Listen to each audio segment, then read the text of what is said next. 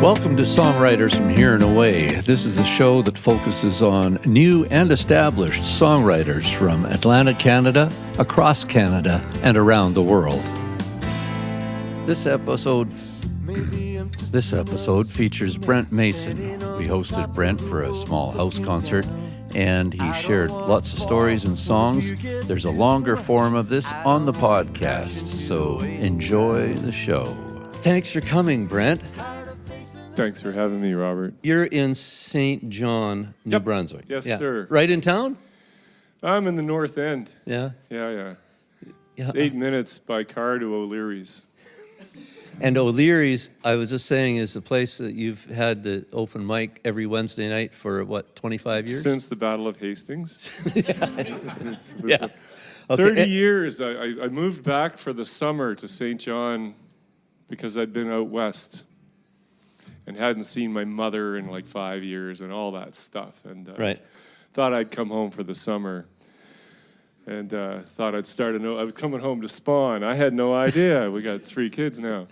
But I thought I'd start an open mic just, because such a thing didn't exist, even in the Maritimes that I was aware of. Right.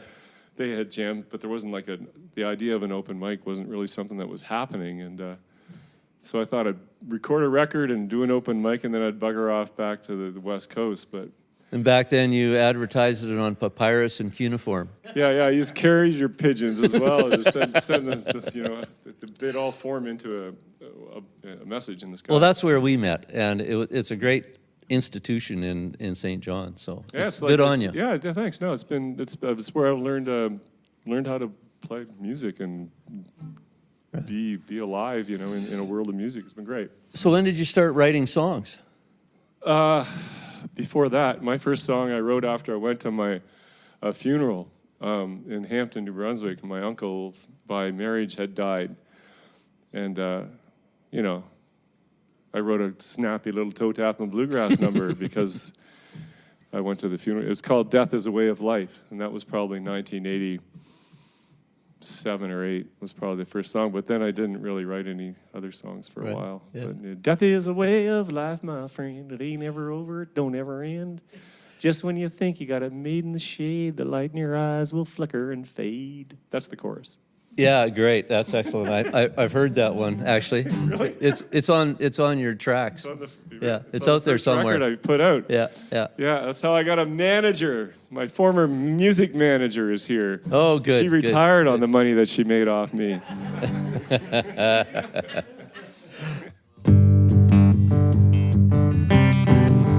Okay, this is a song off one of my records. It's called This Is Where Your Love Lives, I think. And one of the things about doing this that I really like is that we just get to shut the clock off for a couple hours, or at least an hour and 45 minutes. So thanks for coming. It means the world. It comes and it goes. Everybody knows it's a mystery. Little luck lifts you up from your gravity.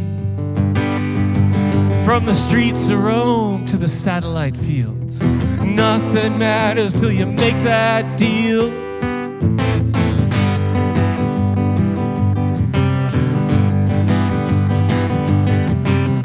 It finds you in the LA blue where the sun don't shine. Casts a spell at the bottom of a well or a bottle of wine. Waits in the wings, it wants to fly. It's what you've got to do or die.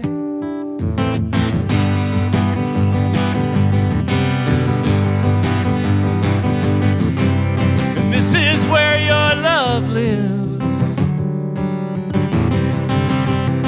This is where your love lives.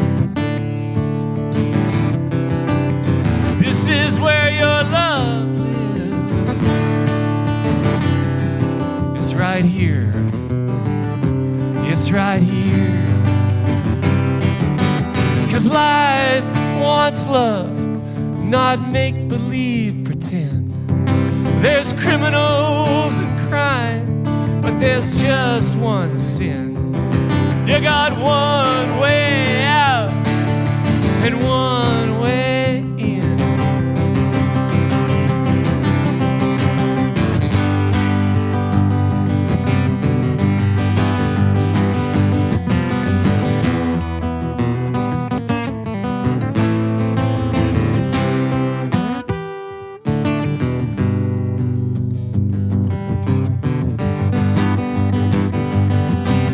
down to this. You pin a wish on a shooting star, or hesitate till it's too late and it's gone too far. Whenever that comet comes around, you gotta ride that tail right out of town.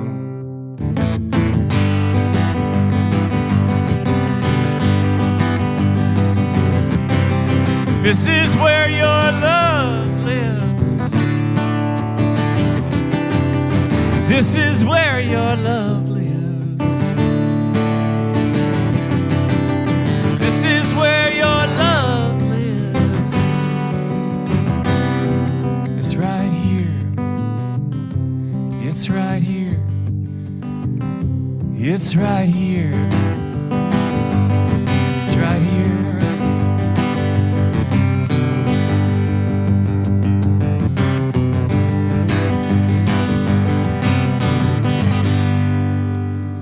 I'm going to play a tune called "All the Pretty Horses" now, which I wrote. It's the title track of I think my ninth record or something like that, and it's a stolen title like Larry McMurtry. No, was it Larry McMurtry? No, who's the other guy?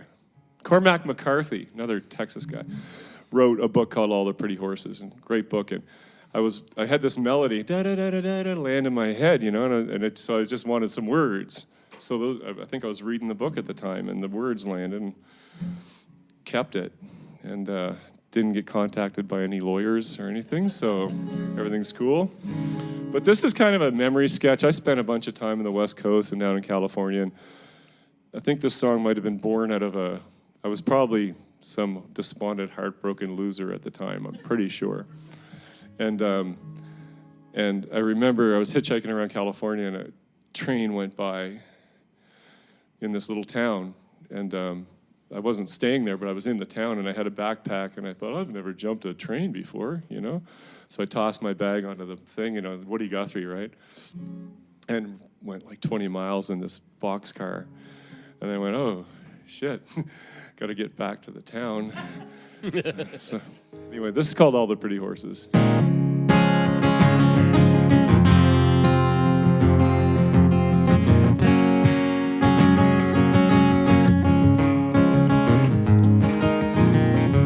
All the pretty horses have been hitched, all the outbound tracks are switched. She just sits around now, waiting for a message or a sign, something coming down the line. Somehow she forgot how to jump a moving train, ride a horse away.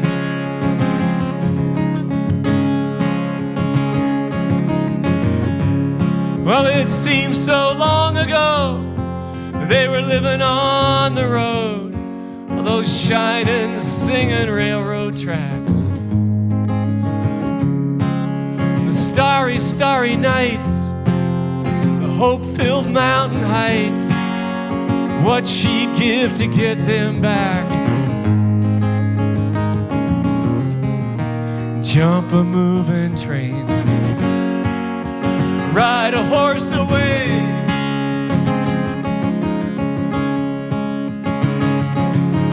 And all around the tired town, everybody's waiting for a train.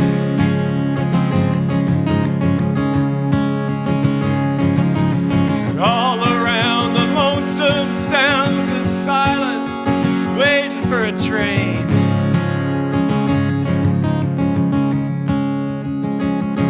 You could go on down and look around. You could stand inside the rain.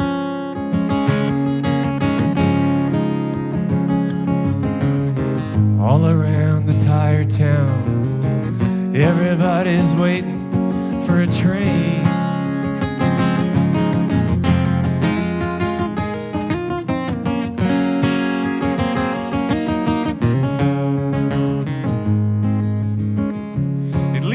A little at a time, evaporated wine It isn't drunk, it just disappears. She could have sworn that it was love. Now she swears just thinking of how he went and stole the years. Jumped a moving train, rode a horse away.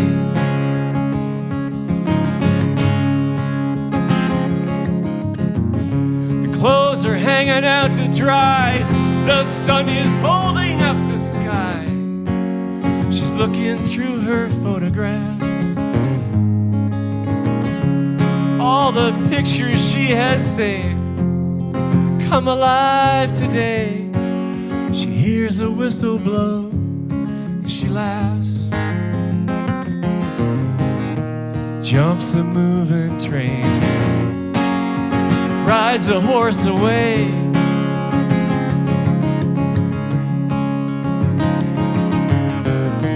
Jumps a moving train, rides a horse away.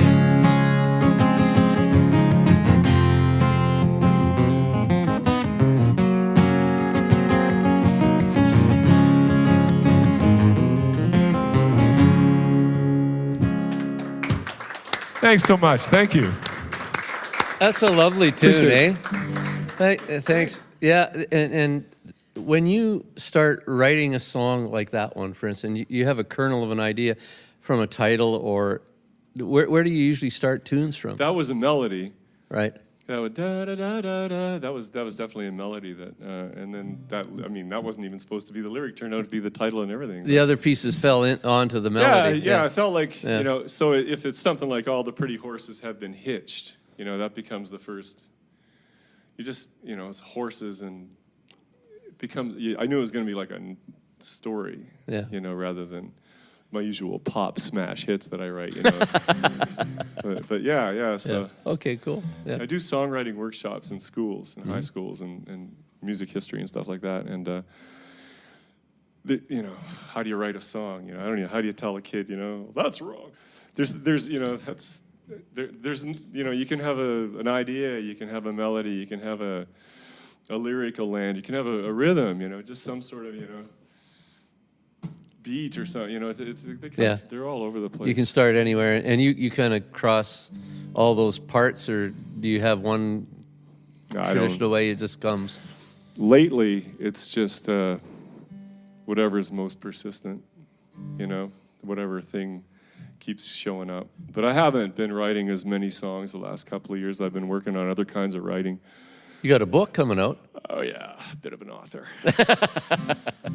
Yeah, no, I've been doing. I started with short stories, and so I put a collection of short stories together, and then I thought I'd write a book. Cool. So I got a publisher for that, so that's kind of cool. But I'm just listening to this thing. Sounds nice, eh? It sounds as good as a guitar I have that's 3 times as much, but it reminds me of a story about our oldest son, Isaac, who... This is probably 5 years ago. Anyway, man, this kid. Who's got kids that cause them no end of trouble? Show of hands, yeah. Yeah. So I got a call at like midnight. I'm in bed. Can you come get me to drive me home, right? All gooned up, idiot. And yeah, where are you? I'm at the R Bar, which is like a karaoke bar uptown St. John, right on the corner of Union and Charlotte. It's an interesting place, lots of characters. I pull up in the car, and I'm not going in there. It's Sunday night, the place is just jammed with the Goon Factory going on, right? And I hear off the stage, "Oh, Black Betty, Grandma Nan, oh, Black Betty, Grandma Nan." Maybe that's why I bought the guitar, I don't know. But true story. And then the whole place is going, "Black Betty had a child, now Grandma Nan," It's true. So my cousin Tammy is here from Truro. Right. We grew up in a little rural part of New Brunswick called Belle Isle Creek, and I'm going to play for you, excuse me, a Belle Isle Creek. I cleaned the cat before I came. Oh. It's a joke. It's like hilarious. we grew up in this place called Belle Isle Creek, and this song is, I wrote a whole, we have the most beautiful, the thing that differentiates New Brunswick from the other maritime and Atlantic provinces, other than the stunning good looks of our people, are the river systems that we have. No one can touch us in terms of the Restigouche and the Miramichi and the beautiful St. John or Willistook. There's nothing like that in Nova Scotia or in PEI, right? That's not a river. That's a brook. and Newfoundland. And so after a few years of playing music in New Brunswick, I met my wife, and she's had a sailboat, so we're on the river a lot, and I really got to appreciate the St. John River. Now I like Willistook better. I think it's more lyrical, and the St. John River, it's so lame.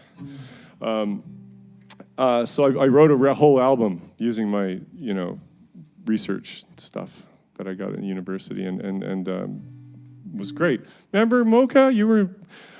Remember I got an ECMA nomination for that record?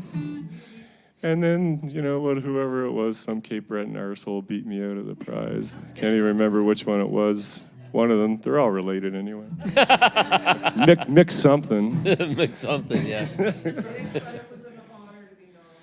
That's what you're supposed to say. Yes. I don't care if I win. Weeping with a bottle of whiskey in the back, behind the risers, behind the stage. But this is a song off that record anyway. Our grandfather's name was Headley Vale, and he did a lot of different things like everybody did back in the day to make a living. And he used to have a lumber camp in the 40s, and Pop used to, you can't like all your grandkids that much, and I don't think he liked me that much. No, true. He loved me, but he didn't like me, kind of a thing. Because I was a bit of a mouth, and he didn't like that. Or smart ass, But Pop would tell these great stories about the old days in the kitchen with the wood stove going in July, and your face like a glazed donut. You're just trying to get the hell out of there, right? But he's rolling those 3-foot-long cigarettes that you cut with a razor blade, and all this is going on. And he's telling you the stories. And this is a composite sketch of Pop's life in the woods, where you go in the fall and you cut all the wood and you take it to the river, and you float it in the spring, right? So this is called Deep Woods Off. And the lyrics of this song are in the grade 4 social studies book in New Brunswick. It's true. That's one of my bigger accomplishments in life. They gave me $300 for that. So, Deep Woods Off.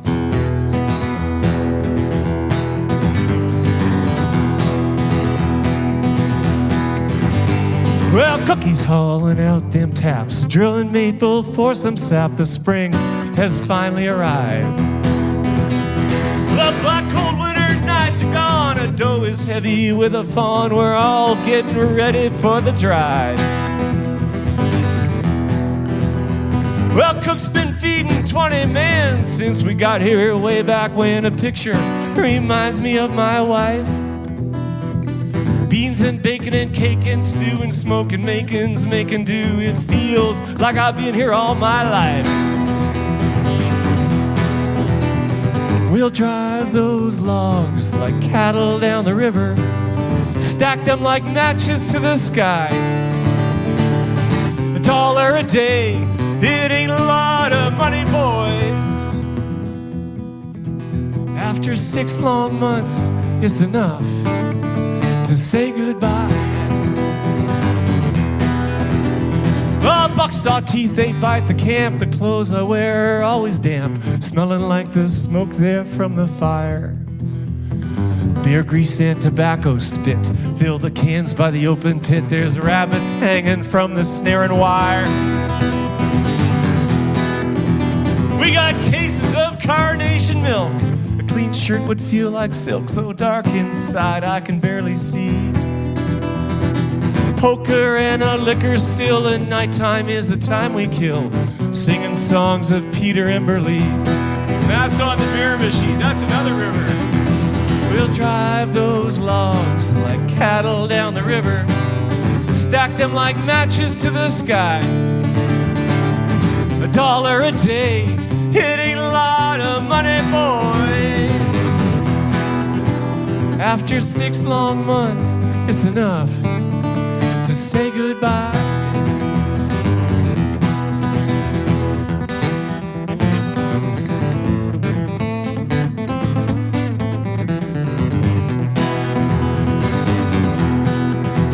Did you ever see a spring pole snap? It grabs you like a steel trap, puts an ugly end to all your luck.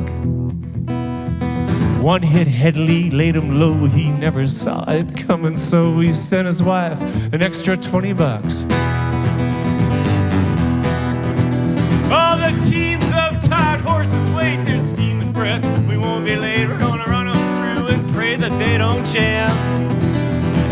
If they do, I'll bust them free, 'cause leaving means that much to me. That's the way it is, and that's the way I am. We'll drive those logs like cattle down the river, stack them like matches to the sky. $1 a day ain't a lot of money, boys. No, no, no. After 6 long months, it's enough to say goodbye, to say goodbye, to say goodbye.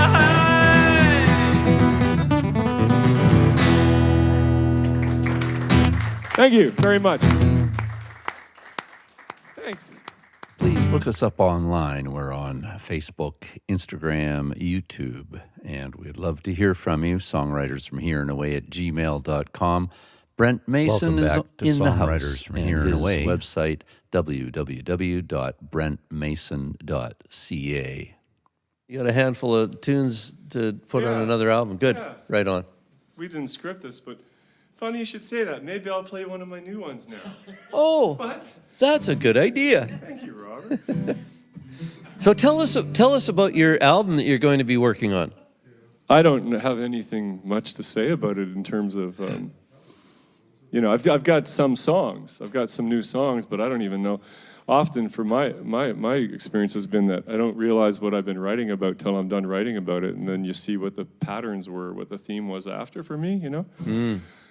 My last record might be a slight, no, even that was, it was called Fireflies, but even that was, I'll play something off that later. Yeah, so this song is fairly recent. It's not recorded, and it's sort of post-COVID, but I just can't handle the news, and it's just overwhelming, you know. I find I had to really take a break from all of it, you know, in terms of, like, there was a while would argue with people on Facebook about 4 years ago. Like, who does that? But there's been so much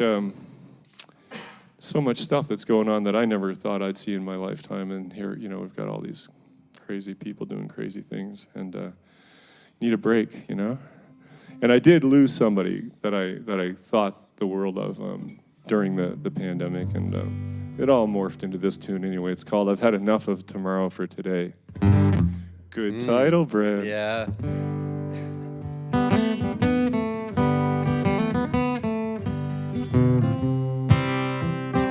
Slow it the hell down, too. That was a workout, that last song.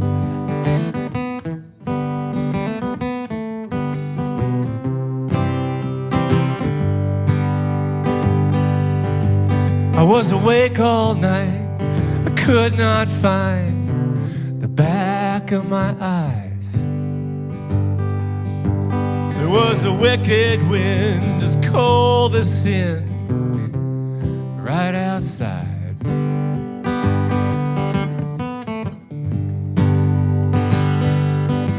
You can feel it in the air, something's gone astray. I've had enough of tomorrow for today.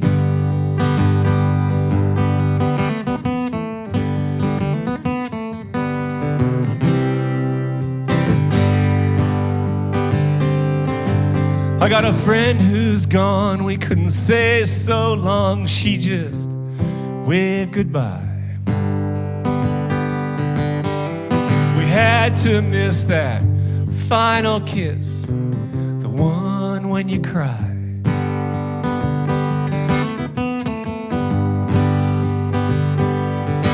Ah, the goes away. I've had enough of tomorrow for today.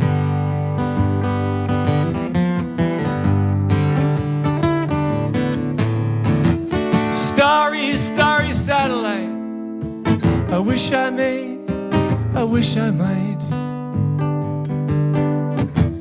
hold you in my heart again and talk about what might have been.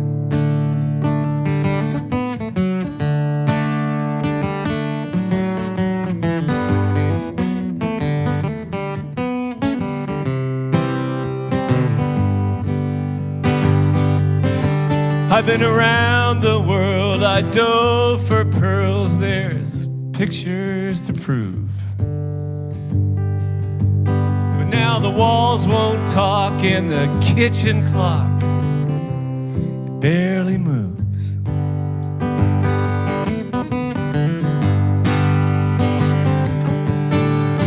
Everything we have is never here to stay.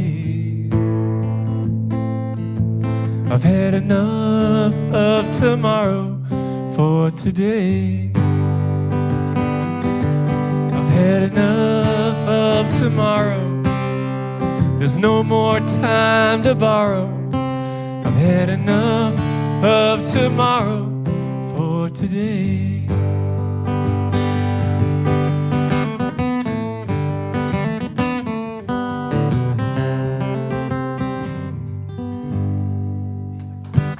Thank you. Thanks. Right on. Thank you. But no, I have a chicken coop that we live in the north end in St. John. I'm going to finish the part that anyone can have a chicken coop. But and we've got a nice little bit of land there, and my wife thought that getting chickens would be a really good. Let's get chickens. And you know how you're a married guy, right? So you know how you have thoughts in your head that you don't share with your partner? You know, you just stay in there because everything would be better if you don't articulate that. So what was going on in my head was like, that's a stupid friggin' idea. I grew up in the country. Chickens are stupid. They're filthy.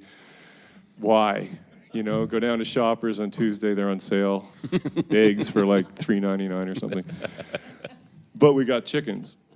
Obviously, because Sandra wanted chickens. And so a friend of ours built a lovely chicken coop, and it was great. And then, you know, raccoons and showed up. Raccoons are psychopaths, by the way, if you didn't know. They don't care, right? I went out to feed the stupid, filthy, idiot chickens one morning, and they were all, right? Like barely alive. Most of them were dead, but there's a couple, you know, you have to finish them off. Oh, it's like, well, you do, you know, so you're, see ya.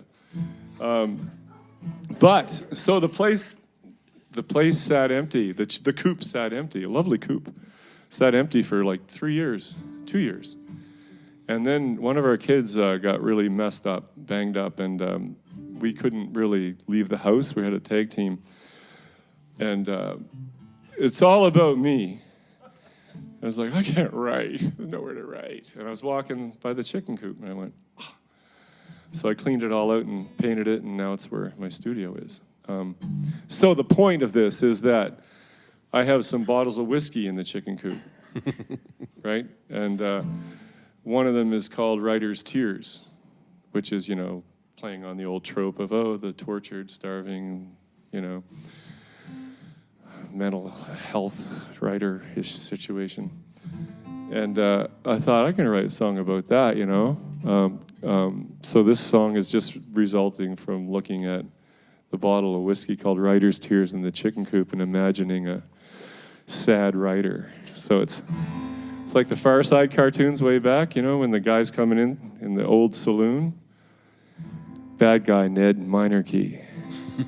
This is called Bottom of the Well, for whatever that's worth.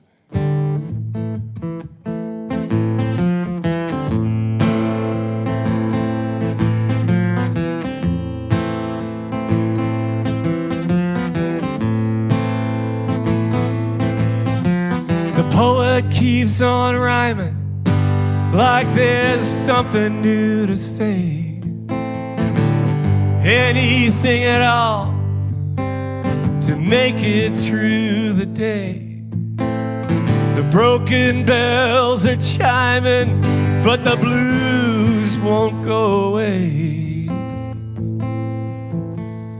There's nothing like the bottom of a well.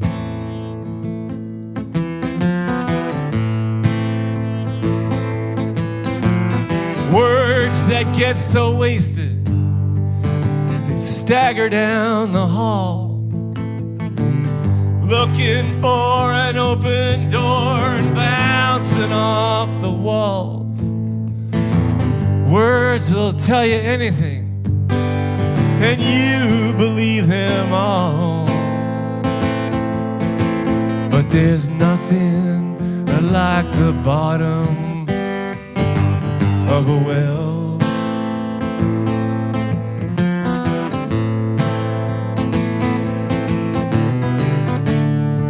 You could almost see the sunshine, almost wish upon a star, but it's too late, too far gone.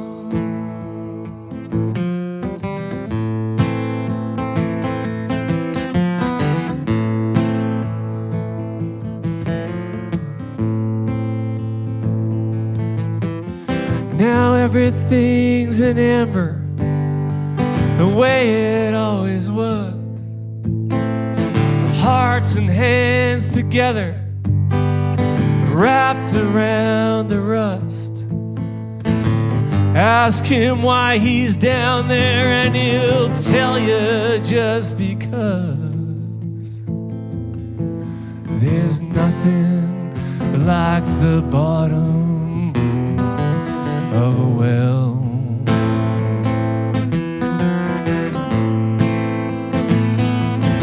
Now there's nothing like the bottom of a well.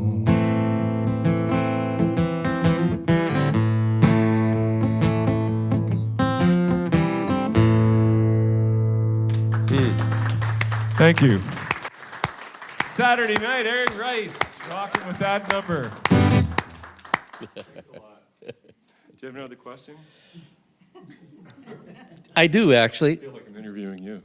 Well, that's good. When was the last question you asked, and why? I can't remember. But I was listening to the way you form your lyrics. So when you sit down and you're writing a tune, you have an inspiration, and the words, music tumble out of you. Does it take you, like, to get to that 80% done kind of level? Does it take you a long time usually, or where do you go? And then the answer, the second part of the question is, so you got that song there. Do you go back and fine tune and edit a lot? I never used to, and I do it more and more now. So the answer to that is that I used to be a lot more about the idea the song's gotta, it's gotta happen, as a whole, complete thing with integrity and whatever of the moment and all that stuff. Right. But now not so much. Like that's they don't tumble. I guess the answer is they don't tumble out of me so much anymore as Right. they're crafted it's more. It's like trying to pull a hook out of a fish's gill or something. Come on, get it. Yeah, crafting. Yeah, maybe. Yeah, That's a crafted song. Right. Absolutely, that Yeah, song. yeah. Like for that little bridge thing there was definitely where do I go? I was thinking about it. Cool. So I lead little tours to Ireland every fall and have been doing it. Co-lead little tours, little like 16-person tours, and it's great. I love it.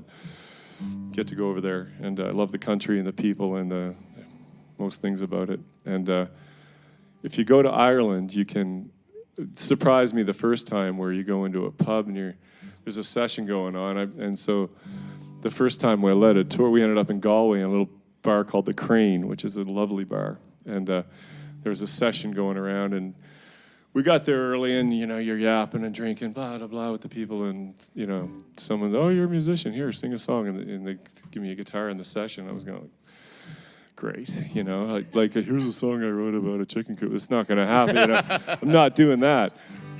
Right, stupid. So I instead thought, oh, you know what I'll do? I'll sing a maritime song. And I sang Sonny's Dream by the great Ron Hines. We all know that song? Yeah. Okay. So I'm like, the whole, and it was packed. It was like around 6 o'clock on a Saturday.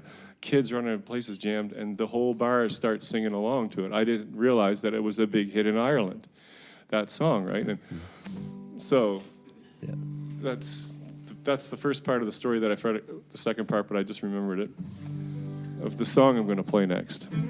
So I wrote a song for Ron Hines, and I'm going to sing that one for you. And I was playing Stanfest probably 10 years ago now, and on the Sunday night off the big stage, they have everybody gathered, and there's the big moon, and they have the big stars getting out on the big stage on Sunday night, and Ron Hines came out, and he was really struggling to perform and to sing, and people thought he had a lot of well-documented struggles, and people thought that's what was going on, but he's the only guy that brings a tear. Like 3 times, I've watched Ron Hines, and like, geez, you can't help but it's very emotional stuff, some of his stuff, and so he was singing this song called Ship of Dreams, and the moon's coming down, and it's just poignant, and I'm like tearing up, and the kids, what are you crying, Dad? And, shut up, get out of here. I'm not crying, it's an allergy. And I was moved by it, and I went home and wrote this song. Speaking of writing a song quickly, this one I wrote in less than an hour. Uh-huh. It was like, back when there was hope, I used to do that. And I recorded it on my phone, and I sent it to a guy named Paul Mills up in Ontario, who used to produce Stan Rogers' records and Ron's records. And I said, Paul, like, says, what's the deal with this? Is this a stupid thing to do? And then I went to China for like a month and to do stuff over there, and then came back, and I had an email from Ron Hines, because he'd been at Paul Mills' house because he was up getting treatment for his throat cancer, which is why he couldn't sing that night at Canso. And this gushy, I'll say it, gushy freaking email from Ron Hines. Bet you don't have that one of those. Probably. No, yeah. So I got a call from him though. Easy to pick up a phone. I tell you, long email. That's pretty special. So and then I got to play a couple of shows with him, and it got super awkward because he said how much he liked this song.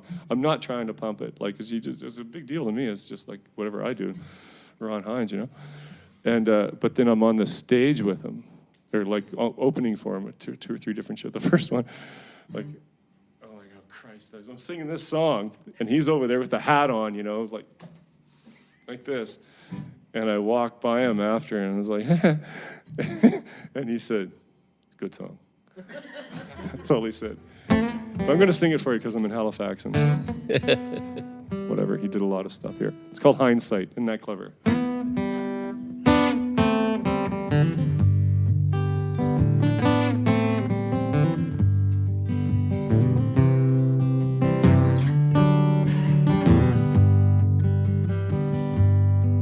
So I saw you on a stage, larger than a life, on the edge of the wild Atlantic blue. A high and hungry moon was pulling on the ocean. I guess it was pulling on you. The songs spilling out of your guitar, they kept climbing to the Canso stars. They always seemed to end too soon. Your beautiful world-weary tunes.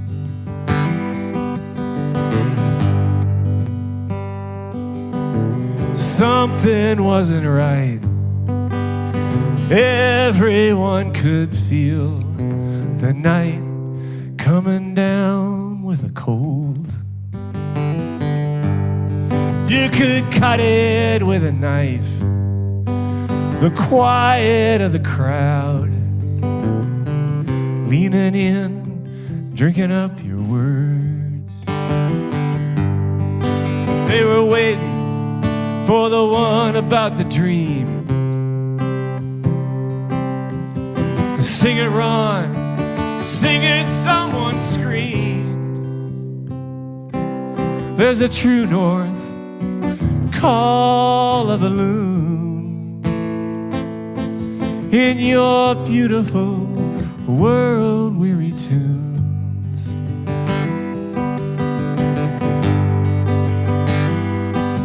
You go down, down, down when you're digging for gold. It's dark, it's deep, it's cruel and it's cold. If you're hung lucky, you come up with something to hold in your hands, your hard-living hands.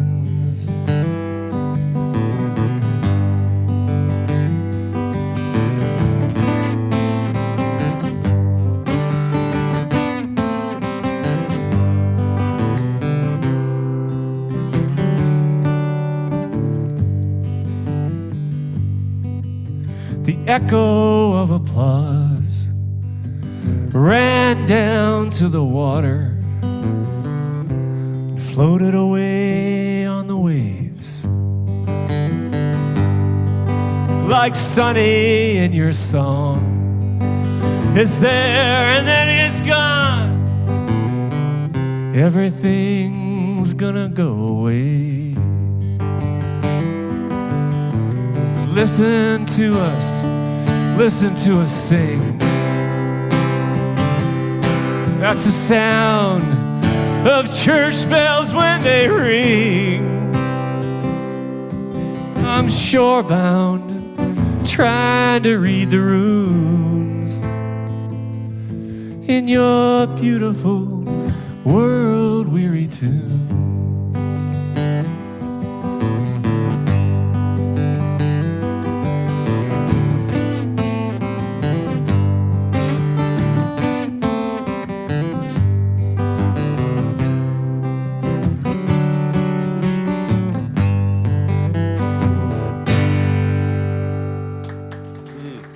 Thank you very much. Thanks.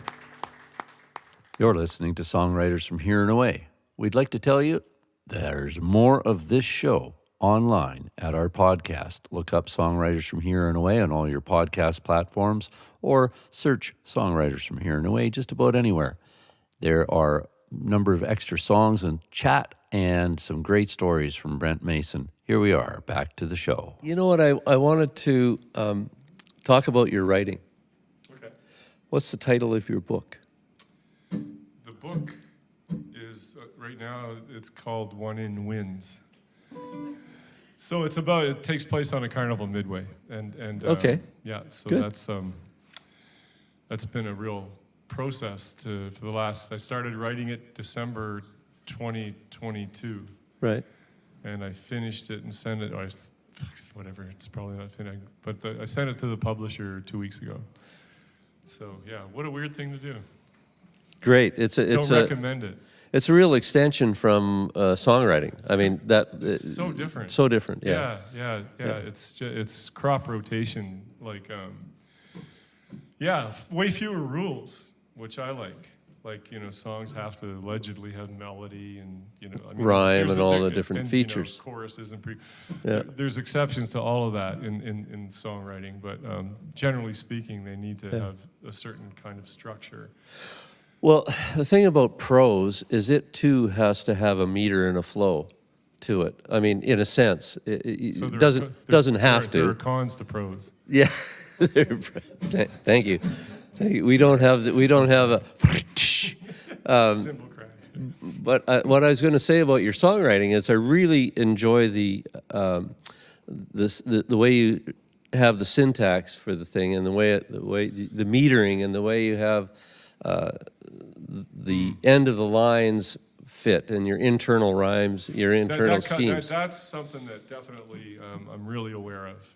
Yeah. And I don't even try and necessarily structure it that way, but the way my brain works and the way I write, and the way I write prose is very much, there's an act of faith involved with it, that this is gonna, this line or this phrase is gonna have a certain degree of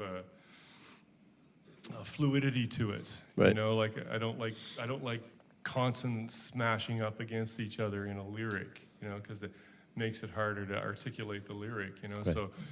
So I'm just aware of that. Maybe that's just how I speak. I have no idea. But when it's not right in a song, I can sure tell. Right. You know, I criticize other people's stuff all the time because they do that. It's like, what are you doing, smashing that R, you know, R up against an M or whatever. Yeah. Should know better. R's don't smash so No, much. okay. It's the p's and the k's and the does. Yeah. Where Good. were we? A song. A song. I'll play another new one, new to me, new to you, not new to me, but this is a St. John song. I wrote this song about 2 years ago, and the reason I wrote it is because I found out that a guy that I knew from the streets, like King Street, specific King and Germain Street in St. John, there was a guy named Billy Sterling who would hang out there. He was a, you know, not that big guy, big blue eyes guy, and he was fast, man. And he knew I was always good for a couple bucks. So he you know, if he saw me on the street, he'd run over. And I liked Billy. He's a friendly guy, but, you know, really addicted to things, but a sweetheart. And he died maybe 4 years ago. And about 2 years ago, I found out that Billy, when he was young, he grew up in the North End, had been a great athlete and a track athlete and a really good baseball player, and played provincial, played in like Canadian for the New Brunswick team and stuff. And but also found out that when he was a kid, his old man had just been horrifically abusive to him to any degree that you can want to imagine. And that's how you end up on the streets of King St. John bumming money, right? It's not like, pisses me off, man. People, you know, pick yourself up. You know, like it's a choice. You know, when I grow up, I want to be on the street. You know, like. Anyway, this is for Billy, and he was a great little guy, and I liked him.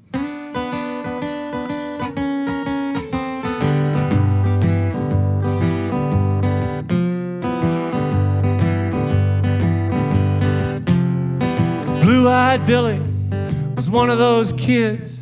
He never quite fit whatever he did. He ran the bases like he was running away. His daddy was mean. That's what they say. That's what they say.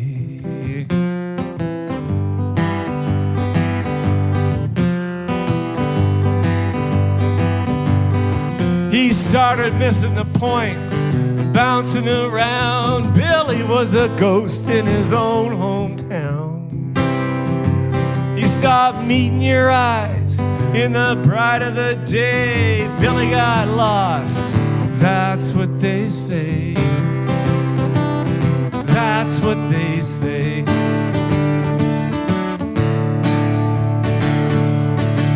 Can you hear the clowns? Can you hear the choir? All the alley angels on a strung out wire. Neon stars are shining down. Pass the bottle around. There's halos waiting to be claimed. Hell, they already know your name. It's high time you had a home.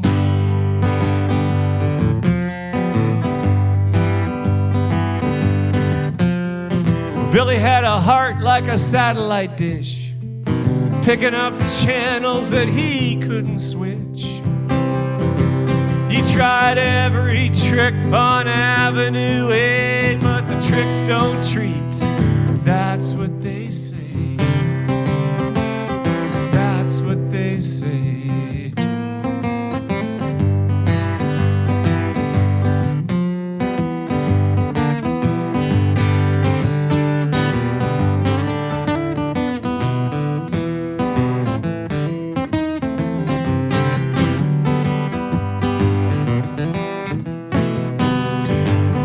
part's known as the guitar solo part.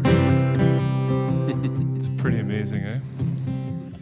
Usually people clap and stuff when I finish a guitar solo.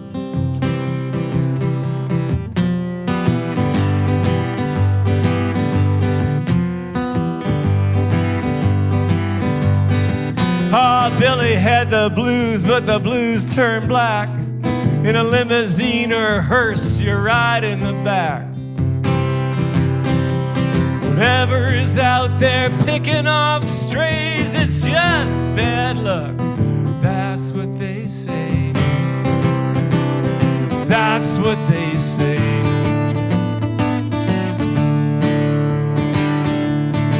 Can you hear the clowns? Can you hear the choir? All the alley angels on a strung out wire. Neon stars are shining down.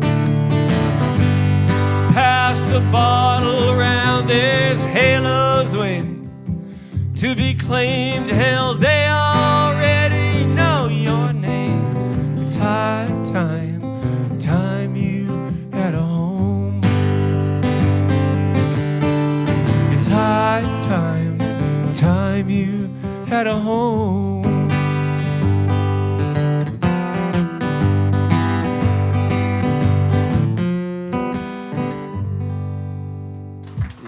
Thanks, that's for Billy. Thank you. Thanks a lot. Very kind people you are to clap for such things. And one of the things that I discovered over the course of the record was reading a book called Lincoln in the Bardo. And I also found out, I did a history degree, but I did American history and sort of a combination of American and German history. And I knew that Thomas Jefferson had slaves. I didn't know he had 6 kids with one of his slaves. Her name was Sally Hemings. I didn't know that. So if you're looking for hit song material, so that's what I did. I took Lincoln in the Bardo and goose-stepping neo-Nazis in Charlottesville and Thomas Jefferson's plantation. Mix her all up there and see what you get, eh? This is called Monticello, which is the name of the plantation.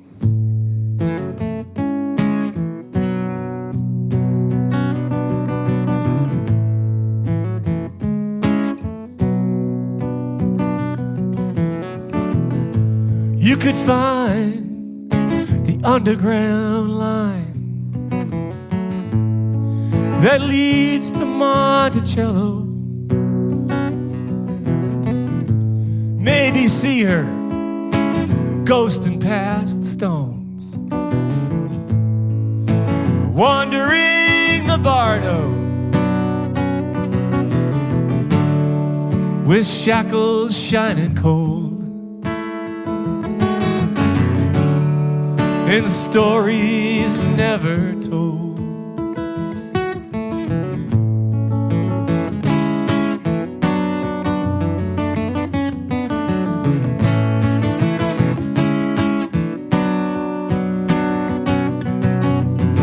Parisian boulevards and tobacco dirt,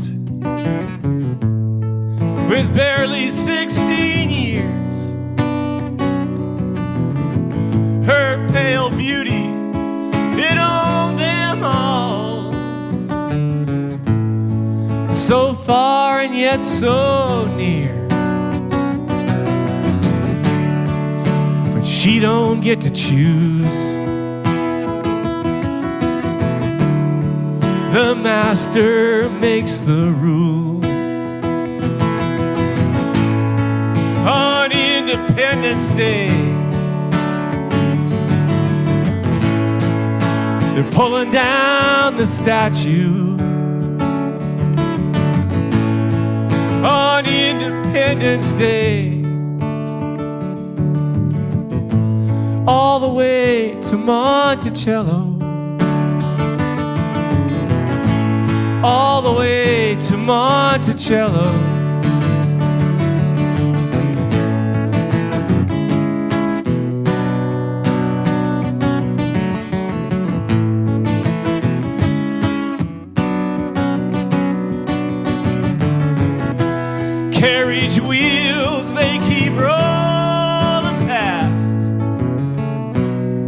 to the mansion on the hill.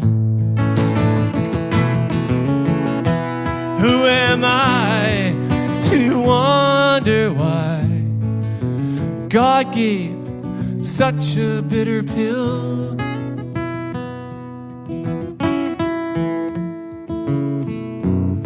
So who could know the color of the past?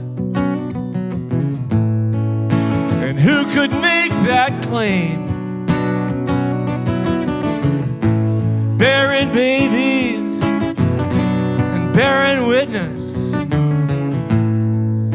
a footnote all the same. Till finally she got free. In the moonlight you might see on Independence Day, they're pulling down the statue on Independence Day, all the way to Monticello, all the way to Monticello, all the way to Monticello.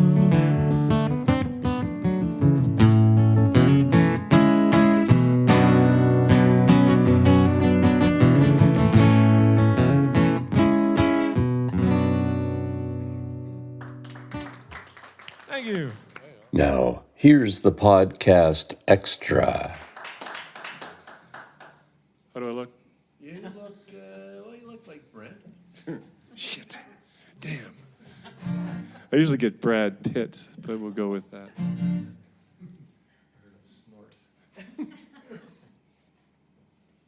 I'll play another one off that record.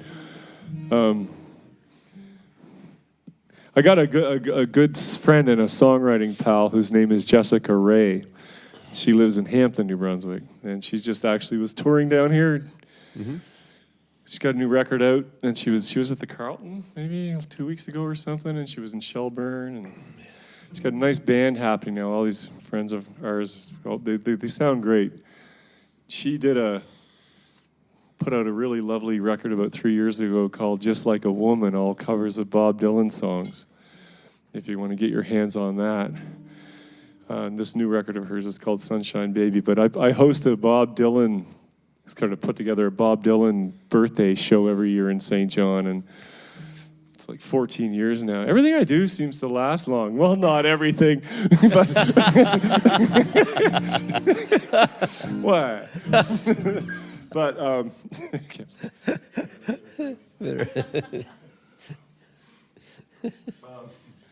but I don't like the whole co-writing thing is not really my jam. Like it's, Right.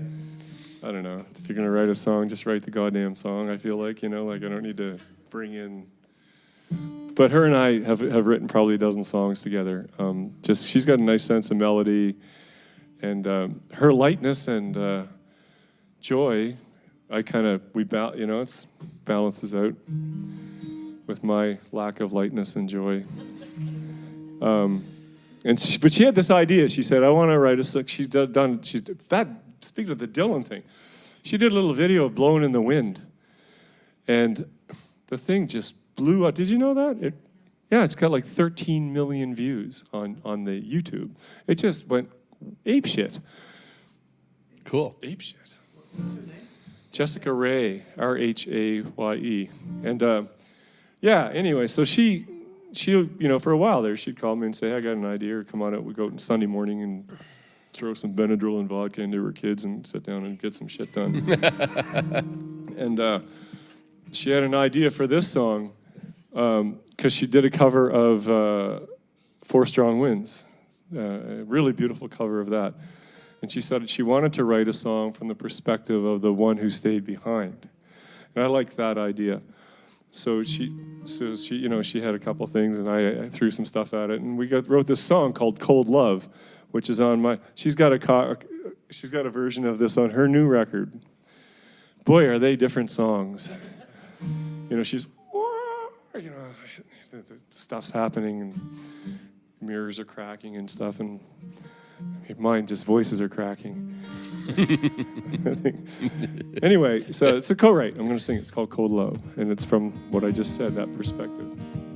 I haven't played this in ages.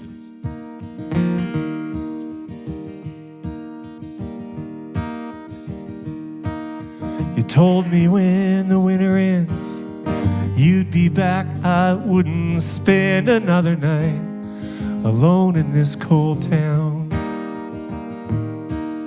The lights are bright, all red and green. The snow keeps falling in my dreams. The silent night is waiting for a sound. And every time you say goodbye, another piece of my heart dies. And every night I close my eyes, I see your face, I wonder why. Cold love, cold love, cold love is haunting me. There's a woman at the door who doesn't want to spend $20, but she's taken in the show. Doesn't seem right.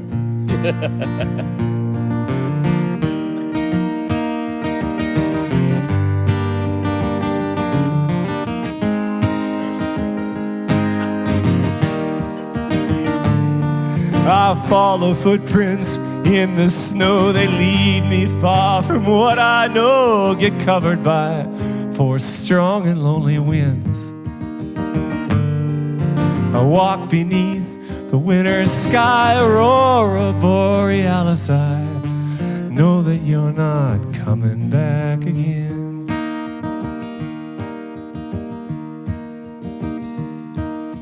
$12, the bells are ringing on the street.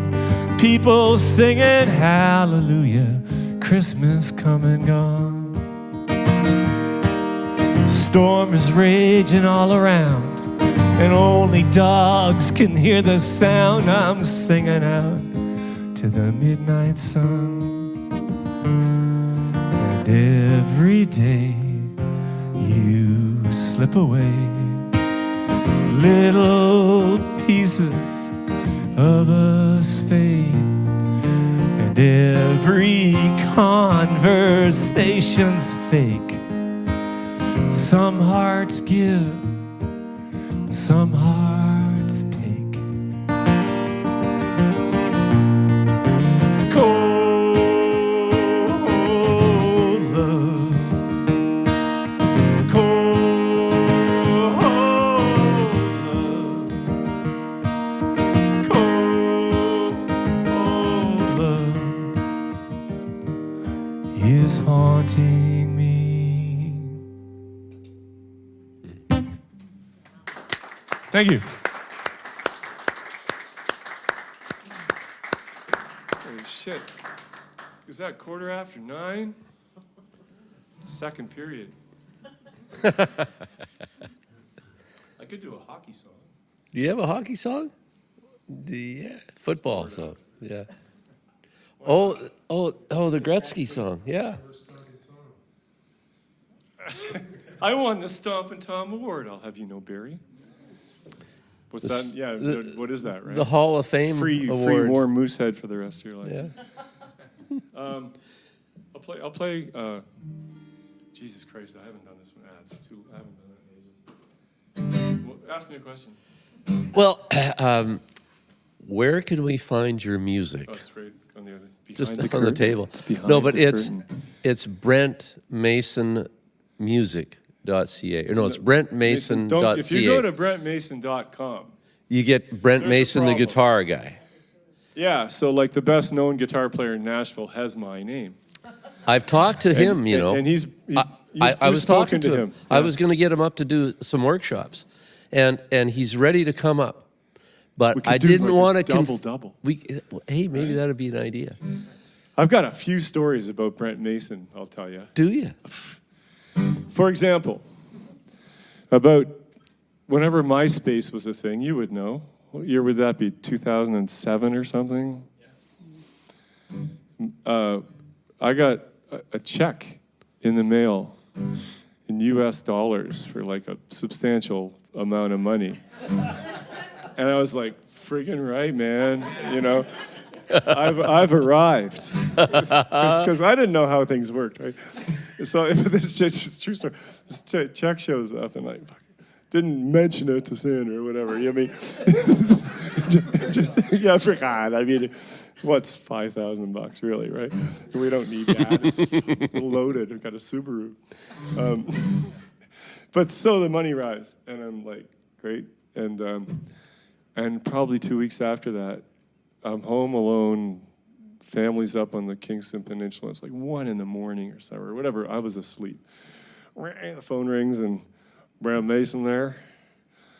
And it was like, felt like the old Bugs Bunny with a foghorn leghorn, and the little, like it's cold. And the widow hen has the warm house, so he's trying to make friends with the little egghead kid, remember?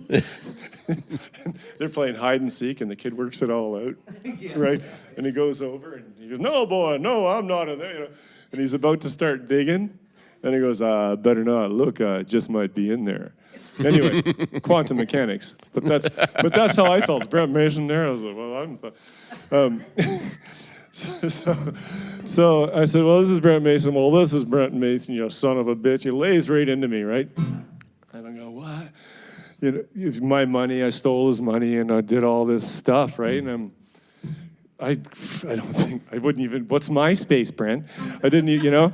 And so anyway, it calms down, and a couple of weeks later, he got a lawyer, and our royalties were getting crossed at the digital state, where all of his sales for all of his online lessons and videos and shit were ending up in my account. But so I made it better, and I was like, I reluctantly withdrew the money out of my account and wrote a check and sent it back to America. So that happened, and then once I'm in line at a Songwriters thing in Nashville, big lineup to go into this high-end Songwriters thing at 3rd and Lindsay or something. And I'm talking to these, you know, remember they were like 2 beautiful young people, like blonde, gorgeous young couple. And she goes, "You're Brent Mason." Like, we all have lanyards on as part of the thing, you know? And so we're talking, and she looks down, "You're Brent Mason?" I go, "Yeah, yeah, how you doing?" And what are you doing here? "Oh, just going into the Songwriters thing." And then she goes up and gets the door guy, and he comes down. "Oh, Brent Mason, you shouldn't be in here. Come on." And by then I'm going, "Oh, fuck." So, yeah. So they take, real nice table off to the left of the stage. I'm thinking, I need a sling for my arm really quickly in case somebody asks me to play. So that happened. That's great. And then probably 5 or 7 years ago, I got an email from a guy in Gothenburg, Sweden. And he said, turning 60. I can't do it, I guess I could do the Swedish cook accent, but I'm not going to bother. Would you come play for my birthday party, in Gothenburg? And I was, sure, And how much would you want? And I said, for the band and everything. I don't know, like flights and, accommodations, food, 10 grand, I was whatever. He goes, yeah, sure, no problem. And I showed it to Sandra, and she's going, you're not who he thinks he is. Can you imagine getting off the plane in Sweden? Here's a little song about the Avondale Ferry. It's okay, I brought you maple syrup. So those are a few Brent Mason stories. I forgot where I was. I was going to sing a song, right? What was I going to sing? Something. Old. What's that? Old. Something old. First album. Oh my God. Okay. You want that, eh? Yeah. I'll play a couple more songs. This night can't go too late because we're all old? Because I think the tenants will probably start to, this is pretty raucous. Yeah, no, we're good. We're good. Something off the first record. I will accommodate this wonderful request. I never play anything off the first record. And this is a dark friggin' song. When I moved back to New Brunswick, it was for the summer, and I started a juice stand in the city market and made a record. And I had cassettes, and so I sold juice and cassettes. And had the open mic. There was a whole scene going on, you know. I met half the city and ended up with a manager. Can you imagine managing me? Really, when you think about it? It's insane. Unmanageable. Unmanageable. But this is a song, the record was called Head for the High Ground. And I still think it stands up, that record, actually. I still think it does. Some of my stuff I can't bear. I don't have anything out there for sale that I wouldn't listen to myself. Not that I listen to it much, but some of the records I sort of like, what? Anyway, it's called Head for the High Ground.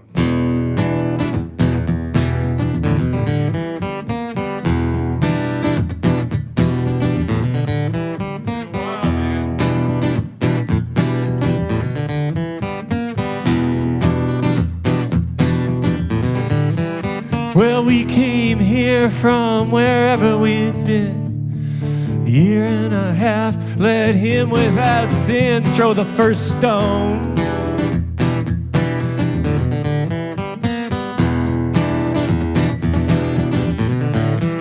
I think that we thought we could leave it behind. Dust in the rear view, let it all unwind like a Ferris wheel.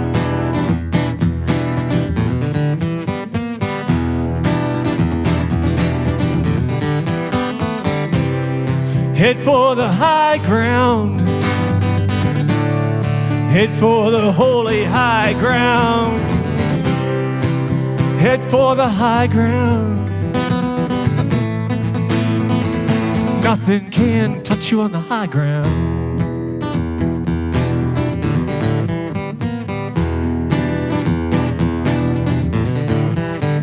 Everybody blamed her for bringing it on. They said, well, what were you doing down in that part of town? It's your own fault.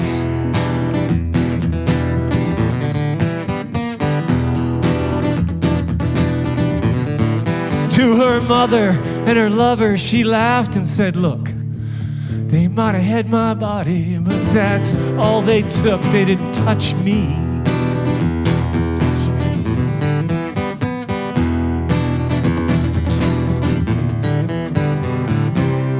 Head for the high ground.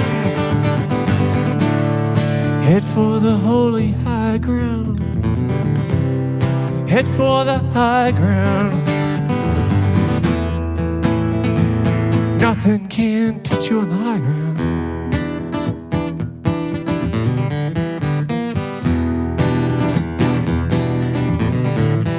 A frown on her brow, a secret she hid. When I asked her what was wrong, she said, everything they did to me still happens.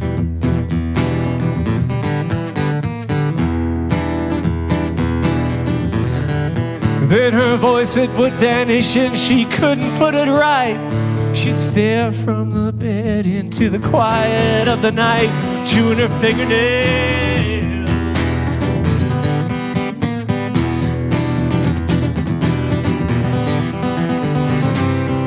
Head for the high ground. Head for the holy high ground. Head for the high ground. Nothing can touch you on the high ground.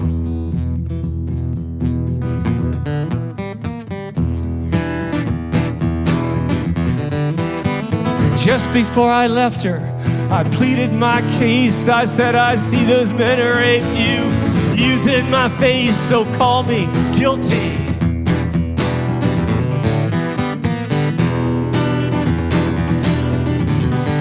She said, don't look too close at those faces you fear.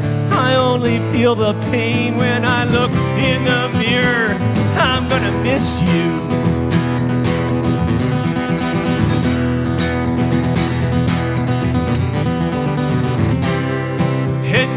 high ground. Head for the holy high ground. Head for the high ground.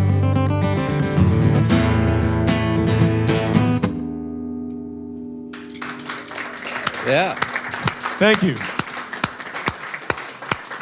The mic's starting to go down, right? It's like going out and you're following the mic down. And it's by the time you're done, you're compromised. I'll play a couple of more songs, okay? Cool. I'm really. Thank you so much Hey, for putting this together. thank Really, you for honestly, coming down. Robert, big deal there. Cool. It's an act of love when you do stuff like this, is what it is. And, Music is important. whatever. I'll play a song off of one of my records. Okay. We were in St. Andrews. There's a wonderful festival called Paddlefest in St. Andrews every May, and we go every year. And Sandra and I were walking down on the beach, and the tide was coming in, so we got up off the beach the way you do in the Bay of Fundy. And there was a massive tree that someone had cut down and was sitting on the side of the road by Water Street. And we counted how old the tree was. You know the trick, right? And right after I saw that, we saw this kid at Salty Towers, which is a wonderful place to stay if you're in St. Andrews. You can go to Salty Towers, not Faulty Towers. And it's a beautiful, rambling, old Victorian rooming house. It's lovely. It's a real scene there, used to be, for music. And there was a young guy on the infamous porch of Salty Towers. It's a beautiful place. So many jams have happened there over the years. And I know him. And I really think the world of this kid, and he was really looking rough. And I knew that it's a small town. I knew he was having a real bad time, and I was worried about him. So I wrote this for him. He's a kid, he's got almost white blonde hair. It's called Count the Rings.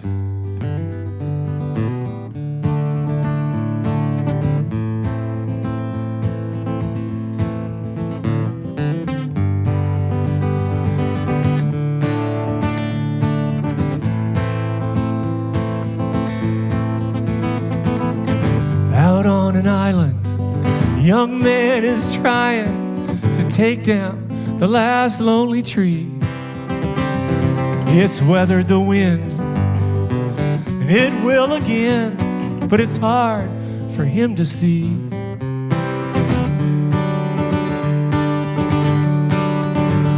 Oh, the bark's got cracks.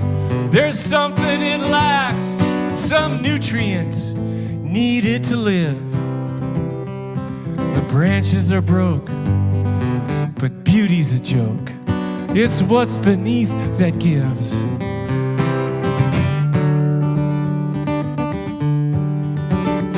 When the world is as blue as the water around you, as the indigo songs that you sing, remember your roots and the soles of your boots. Now is not the time to count the rings. Now is not the time to count the rings.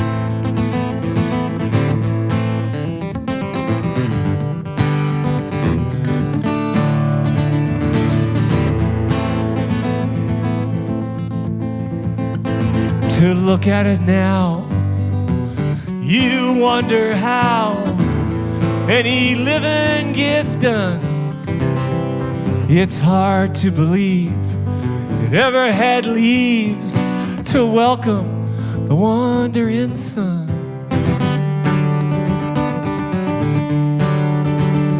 It stands there alone, dry as a bone, white like a washed up shell.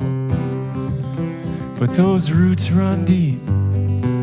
They're not asleep, they're reaching for a well.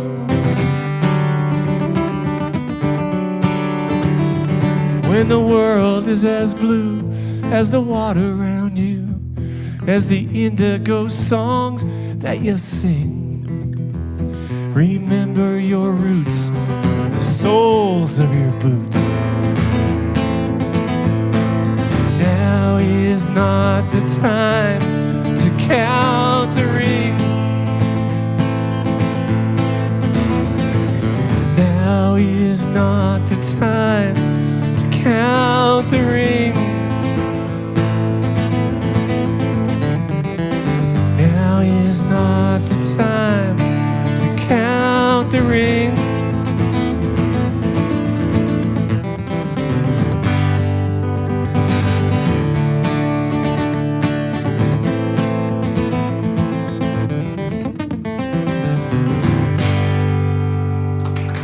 Thank you.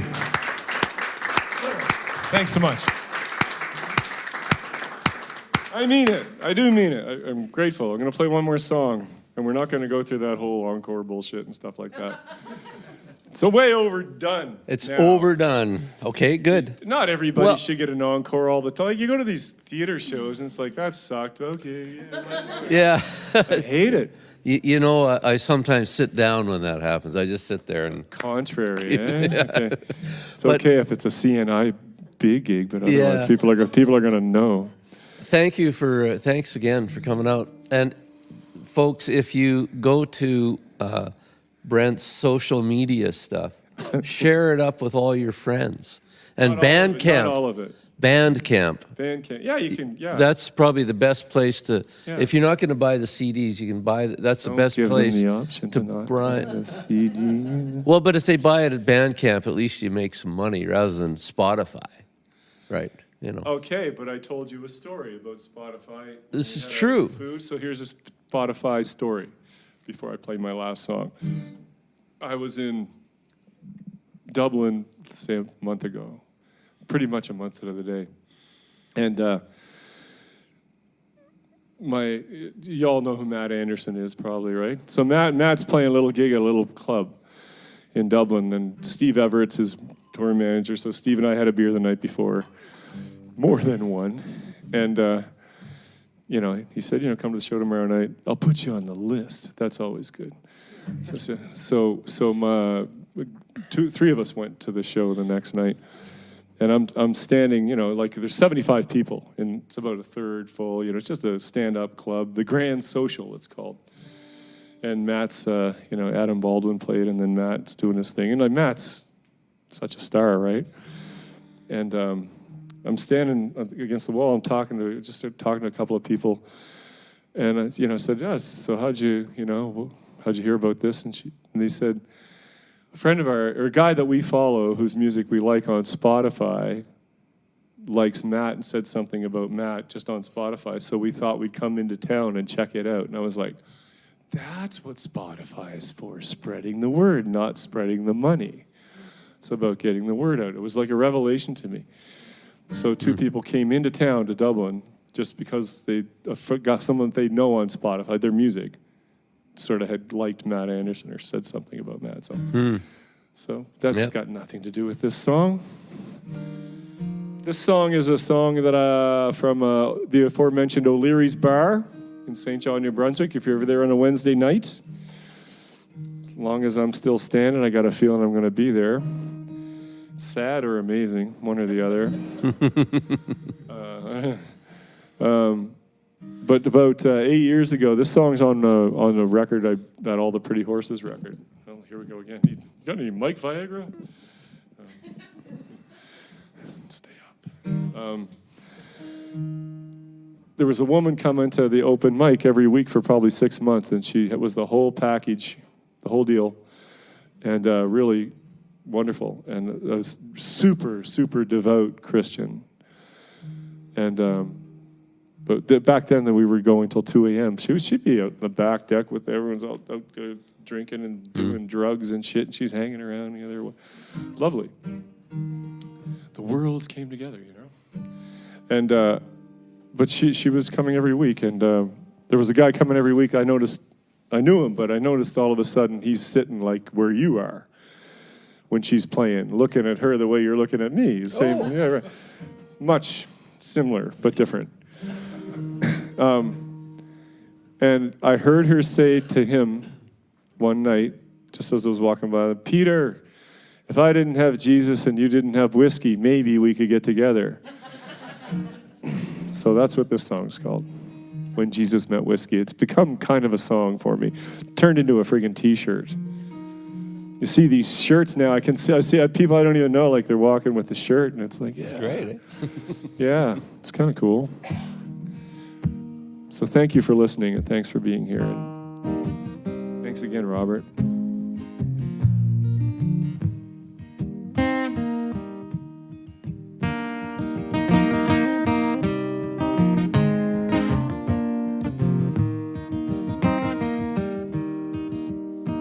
It's a Good Friday night, and Jesus sneaks into a bar.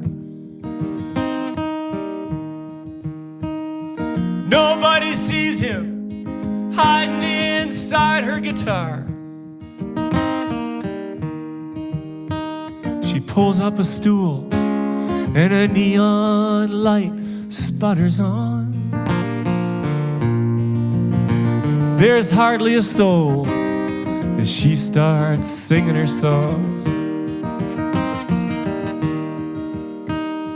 Whiskey walks in, washing around in a flask. How about a drink? I thought you'd never ask. He pulls up a chair and settles in for the show. He's been waiting all week, and really, both of them know. If I didn't have Jesus, and you didn't have whiskey, there'd be nothing between us to keep us apart. If I didn't have Jesus, and you didn't have whiskey, there'd be nothing between us but love, love, love.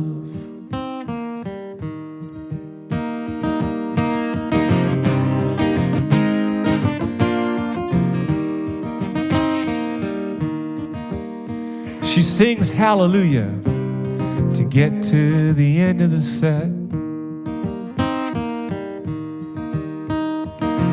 Guys want her, but nobody's gotten there yet. She's saving herself for this life and for the next. Promises made aren't like promises kept. And it never takes long for him to get with a buzz. It keeps him from thinking too much about what was. But none of the others shone with her kind of light. It just doesn't make sense for this thing to feel so right.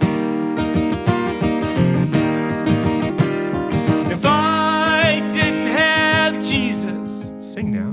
And you didn't have whiskey, there'd be nothing between us to keep us apart.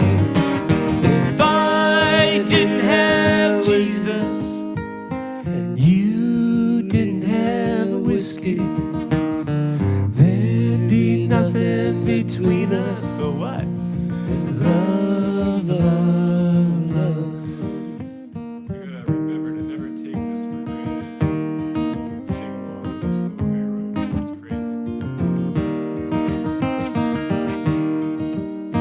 She's packing it up.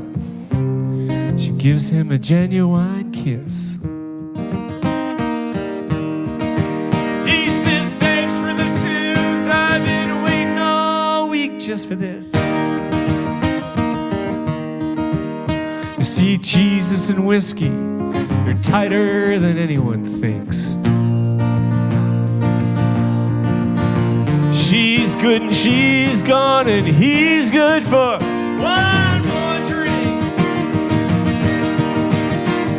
If I didn't have Jesus, you didn't have whiskey, there'd be nothing between us to keep us apart. If I didn't have Jesus and you didn't have whiskey, there'd be nothing between us but love, love, love. Thank you, everybody.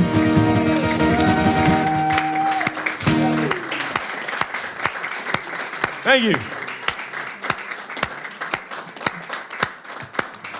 And this is the awkward part right here. It's not the awkward part, which